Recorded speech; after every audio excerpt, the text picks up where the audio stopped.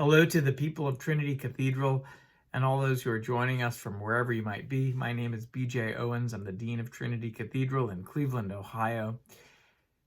How do you mark time?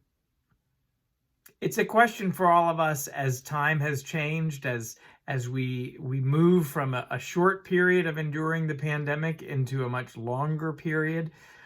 We ask the question, how do we now understand it? How do we mark it? How do we observe it? But in the church itself, that's a very real question. How do we mark time?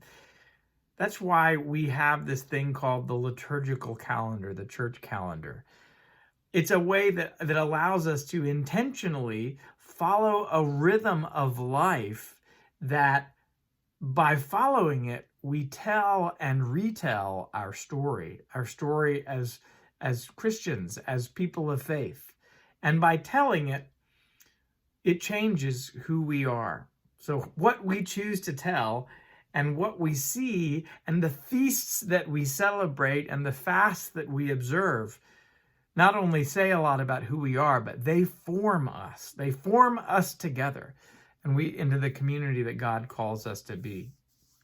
Now we can think easily of the church calendar. We know some of the big feast days, holidays, Christmas, Easter, All Saints, Trinity Sunday, Pentecost, the Epiphany. These are the major feasts that would take us through the year. But then there are other dates in our calendar when we observe and celebrate the lives of saints, the lives of people whose faithful witnesses provided an image of what holiness embodied can look like. By studying their lives, our lives are changed as well.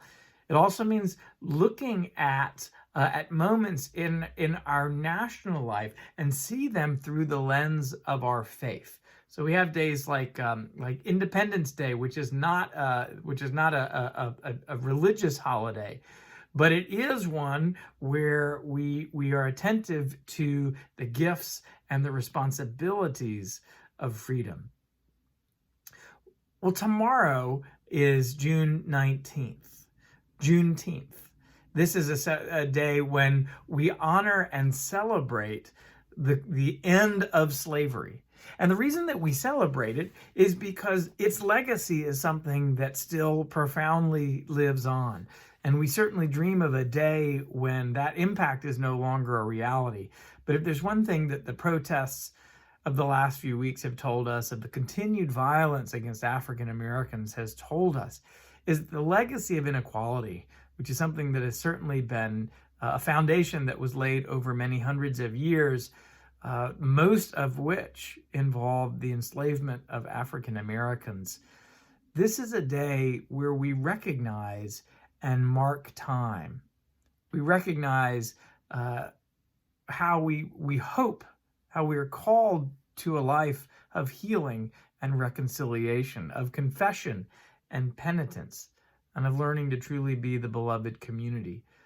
But marking time means looking at brokenness, looking at the story up till now, and letting that form us. Just as we look at and celebrate and honor days like Martin Luther King Jr. Day and feast days of Absalom Jones, we look at Juneteenth as a day when we acknowledge the brokenness of our history and where we came from.